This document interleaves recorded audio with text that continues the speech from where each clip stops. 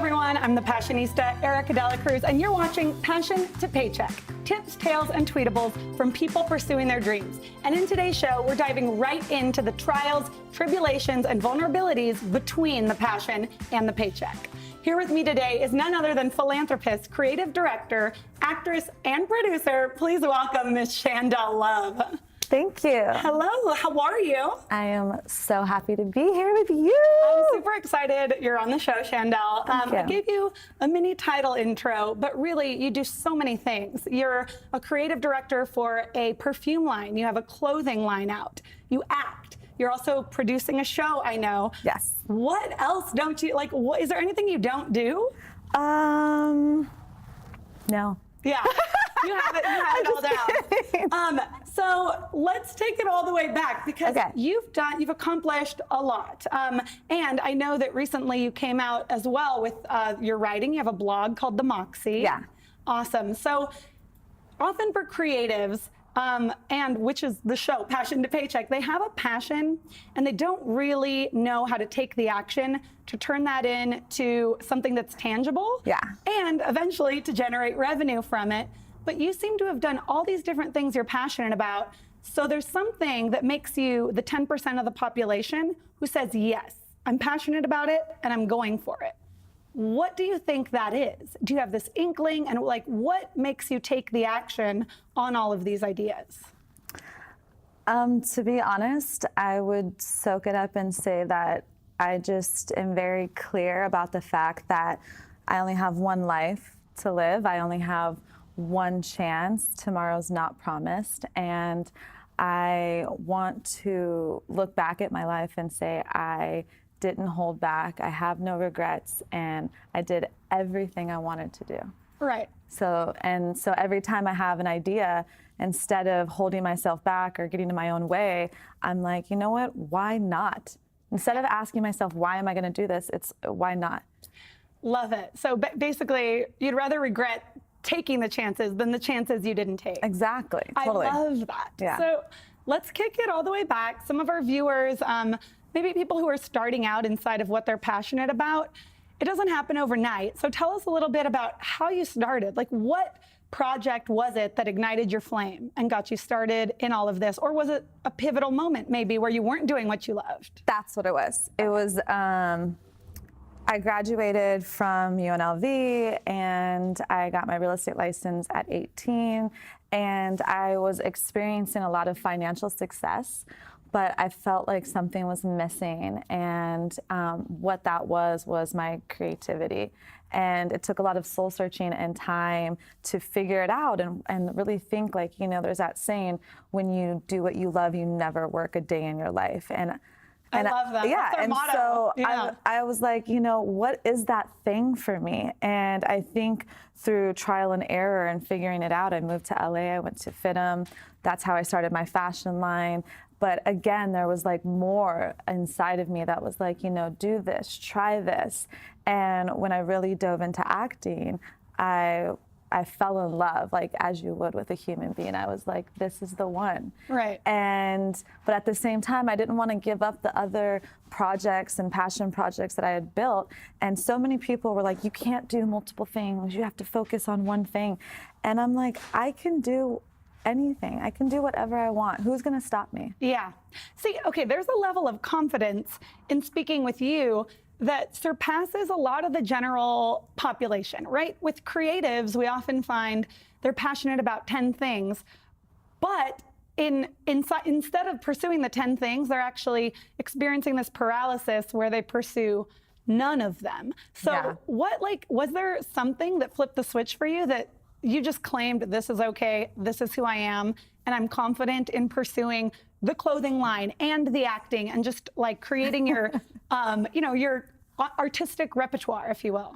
I guess I have a little tiny rebellious spirit where when people tell me I can't do something, it really fuels my fire. And I'm like, oh, you don't think I can do all these things? Well, you know what? I'm gonna show you that I can. Got it. And even deeper than that is that I'm not just creating for the sense of I have nothing to do, let's just create to create.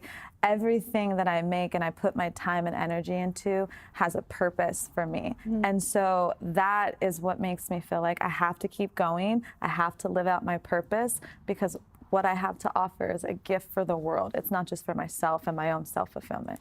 I love that. And that's one of the things we hone in on in Passion to Paycheck is your passion isn't just something you like to do. Yeah. It's a soul contract to live out in order to contribute your gifts to the world. Totally. So I really hear that in your career path thus far. So I want to pivot a little. Okay. You mentioned naysayers, right? Like when you're booed, or if there's someone who thinks that you can't do something, it fuels you. Yeah. Was there a specific instance where you experienced that sort of negativity, or maybe like lack of belief in your trajectory? Well, you say about me being confident, right? That is something I had to work on, and so my biggest naysayer was myself and my own self-doubt. And then I just put the work in. I took classes. I listened to motivational YouTube videos. I read books. I was like, if you don't believe in yourself and what you're doing, nobody is going to believe in you. So yeah, there's lots of people in my life, family members, friends, strangers, people that I've looked up to, other artists, different creatives, tons of people. Everyone's going to have an opinion, but your opinion is the only one that really matters. And so that's the one that has to be the strongest voice. Yeah, that's beautiful. I hear that you're sustaining your own well-being by nurturing what you're consuming inside of like mindset, motivational content. So many people say, oh, personal development, that's not my bag. Go work on, someone else go work on yourself. And yet, if you want to get stronger physically, you go to the gym. Exactly. So would you say if you want to get stronger mentally, it does help to be the audience member for shows like this, for shows on YouTube, podcasts that uplift you? Totally. Like I want to be a voice for people, to let them know that like, although life is not easy and no one has all the answers, that just like you're saying, we can feed ourselves good information, good thoughts, good vibrations, positivity to empower ourselves and keep us going during those times that we feel like we're wavering or it's not so easy. I love it. The way you put good food in the body, the same results, put good content in the mind. And your heart and your soul. And then I feel like the more that you fill yourself up, the more you have to give to others. That's gorgeous. Fill your cup first, so then you can serve it. Yeah. That's amazing. So let's talk about your creative spirit. You have so many projects going on. You are co-producing Married with Friends. Is that the name of the upcoming show? Yes. 2019, right? Yes. And you also star in it? I do, correct. Okay. And I happen to know Roberto out on Amazon and iTunes soon. You also have one of the lead roles as a detective. Correct. Okay. So what is it for you that fuels you to come and perform? Because sometimes you have clothing line, you have a perfume line. Often people stop at the business part, but you seem to be really, really thriving in the acting portion. So how do you balance and juggle all of that? Tell us a little bit about the projects. Okay, well, to answer your question, how do I do everything, or how do I put all that energy into acting? I think a lot of actors who sustain their careers in a business, they act because they have to. Like for me, it's like I have to act like I have to breathe. So I can absolutely not live without it. So it's not even an option. It is your passion. Yeah. Yeah. And then the other things I do, I find that, acting is such up and down. It's like you finish a project, boom, you're unemployed again. And you don't know. I mean, it would be lovely, and I'm sure that day will come when I have project after project, but there's always going to be those in-between times when you're waiting for that next project, which is why I chose to create Married with Friends, because I'm like, you know what? instead of waiting, start creating, right? I love that. Wait. Everyone, if you're out there watching, instead of waiting, start creating. Yeah. I'm taking that from my personal books, and I love it. Yeah. So you got the role on Roberto. Yeah. However, you created the show Married with Friends. Correct. Tell us a little bit about that. Which one? Married with Friends. Okay, so Married with Friends, the motivation behind the show started with a married couple who are married in real life, and they are so inspiring. I've been engaged a few times, never been married, so I can't relate. We're going to talk about that after this. We're going to talk about that. So I can't relate to being married, but they show me just in their everyday life what marriage really can be and bring to your life and symbolize. So the idea was to create a show around that, but not to just stop at marriage. There's so many dynamics that we could grow from. So like you're married, but then you have your single friends. So it's like, how do you balance that dynamic of hanging out with your single friends and their ideas and their concepts and opinions, and then you have a married couple who's trying to live a happy, healthy married life. Everyone in America resonates with that statement. You know, when you have that friend that you just hang and you kick it with, all of a sudden she finds the love of her life and she's gone, or she's gone. Yeah. Yeah. So is that what the show dives into a little bit? A little bit, yeah, as well as a bunch of different issues. We talk about body image issues. The lead character, she's really big into health. And we want to talk about and bring light to mental health and physical health and how important it is to pay attention to and to put time into and energy into making sure you have like a real grasp on what your mental and physical health is and how that determines your life and your future. So you incorporated your personal habits into the show for the characters. Yeah, I mean, I want the show to be real and relatable and really touch people's hearts. And I feel like the only way to do that is to pull from your real life experiences. Gorgeous. So you're repurposing your life as content, and now we can all enjoy it. Let's just put it all out there. Right. No, Shandel is filling herself up so that the general public, we can enjoy your art in a way. Yeah, I mean, it's not just about me. It's also about providing a platform for other actors to come and do what they're great at, and for them to build their name and show the world what they're capable of through the show that we're creating. So you're empowering other artists to take hold, step into the roles, and just like amplify the passion we were talking about. Yeah, I mean, there's a lot, like, okay, for the show for Roberto, they interviewed, I mean, some shows they interview thousands of actors. For Roberto, they interviewed a few hundred for my role and for all the roles, and I was the lucky person to get that part. Thank God.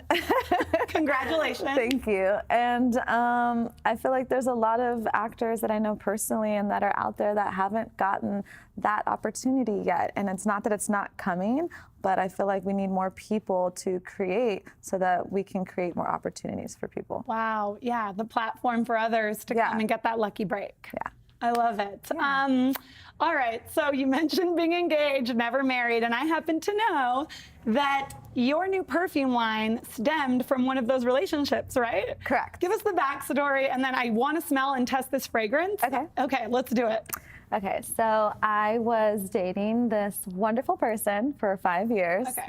And for whatever reason, timing, whatever, we chose to split ways. However, while I was dating him, I could never wear perfume because his allergies were so bad. So he was allergic to you? Basically. Basically, my fiance is allergic to me. No, I'm just joking.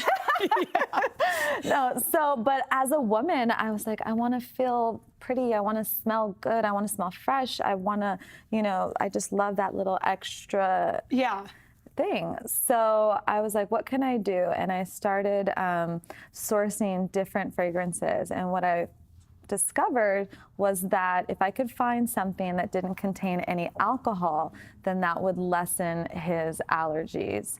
And so I started searching different oils that had absolutely no alcohol in them, but I couldn't really find something that I would like pinpoint, and I was like, oh, I love it. I couldn't find anything like that. So I kept searching, and I found different oils, and I started mixing them together. And what I did was I created my own formula. and I loved it. And it's a mixture between white and red roses, which brings, it has a very high attraction and virility and hope qualities, and lavender, which is great for calming, especially in a city where there's millions of people and you're in traffic and you're just like, oh, I need to Where's my inner peace? Where's my perfume? No. Where's my perfume? Yeah, so it has a little bit of lavender, and then my favorite part of it is the orchid. That's what really gives it that elegant, elevated scent. So I mixed it all together and I just started wearing it for myself. I loved it. And then all my friends were like, what is this that you're wearing? Yeah. I love it. And I was like, oh, it's just this little thing I made. Whipped up. And then... Like a casserole. You just whip it up, put it on. Your friends want to know what it is. Yeah. And then, like, just the nature of who I am, I'm like, okay, well, like if everyone loves it, let me put it out there for everyone. So because I already had the clothing line where I have women's wear and it's very high-end and elegant and quality, I was like, well, this is a perfect way to incorporate the fragrance into the line and make it available for everyone. That's amazing. That's a true fashionista, is you don't find a fragrance you like, so you create one. Yeah. So that's incredible. I thought I had problems because my fiance is allergic to cats, but you know, he's not allergic to me, so I don't know what I would have. I don't know what I would have done if I were in that position. And this is gorgeous and stunning. And you'd think without alcohol, like, what, is it going to smell, you know, natural? Am I going to be thinking I'm going to cook with it? This is gorgeous and rosy, and I'm getting that hint of orchid that you mentioned, right? It's beautiful. So where can everyone find the line? You can find it online, shandellovecollection.com. Perfect. Oh, And, this is gorgeous. I'm glad you like it. Yeah, Thank you're going you. to stay with me all day, literally. Yeah. Well, here's the thing that I really love about it is because there isn't any alcohol and because it's all natural, it's going to mix with your natural scent. So I kind of want to smell it on you. Uh-oh. So it's unique to you in that sense. Yeah. Oh, wait. Here, maybe this one. So you pick up the sweeter tones. Oh, really? So you can smell it on me. It's completely different. Oh, my God. Right? So basically, you're saying that it adapts given the person It's a natural oil. who's wearing it. Yeah. Oh, my God. Which is cool. All right. So what does that say? Are you like reading my aura via perfume right now? I wouldn't go that far, but... I like it, though. I think this says a few good things about me. Amazing. So you can find it online along with the clothing collection. Yeah. Cool. And to tie the bow on it, you also write. Yes. And I am a fan of your blog. It's called The Moxie. Where can people access that, and tell us a little of what they'll experience? Okay, so the Moxie, what that means, it's basically this determination factor where you are going to be unstoppable. You're not going to let anything get in your way. And it takes a certain type of nerve and audacity and person to persevere and be relentless in their pursuit, whatever that is. I love it. So what I like to do is I created the Moxie as a way to highlight people and what they're doing, whether it's entrepreneurs, whether it's actors, artists, musicians, designers, hostess with the mostest. Find me on the Moxie. Yeah, exactly. So it's just a way to highlight what they're doing and let people know. I mean, I feel like there's a bunch of mainstream news that we're bombarded with, and there's a bunch of people who are really worthy of being known, and that's what the Moxie is. And you can find that on themoxiela.com. Themoxiela.com. Yeah. Awesome. And any parting words of wisdom, something you wish that you had heard when you were starting out? Oh my gosh, do we have time for that? No, I'm just kidding. Come on, give us a one-liner that's going to change lives. Well, that's a lot of pressure, Erica. I know. Well, pretend you're talking to me. You give me one, because I feel like you know. Well, you know what? What did you say earlier that I was piggy banking? Something about what fill up your own cup first, or something along the lines that you are basically creating and sustaining so that you can give out to others. Yeah, I mean, I definitely feel like that's the biggest one, is that you have to be full so that you can give. And you want to be, one thing I heard recently that I loved. See? It came out. Is that, you know, when life shakes you, because it will, whatever you're filled with, like in a cup, is going to fall over. Ooh. It's going to come out. So really try to be filled with goodness and love, so that when life does shake you, that's what comes out and not anything else. That's beautiful. So, yeah. Thank you Yeah. so much for being on the show today, Shandel. Thank you. If you want to hear more from Shandel, visit @Shandel Love on all social platforms. And to visit her blog, head to themoxyla.com. You're watching Passion to Paycheck. For more interviews of tips, tales, and tweetables from people pursuing their dreams, check us out on the Focus Network.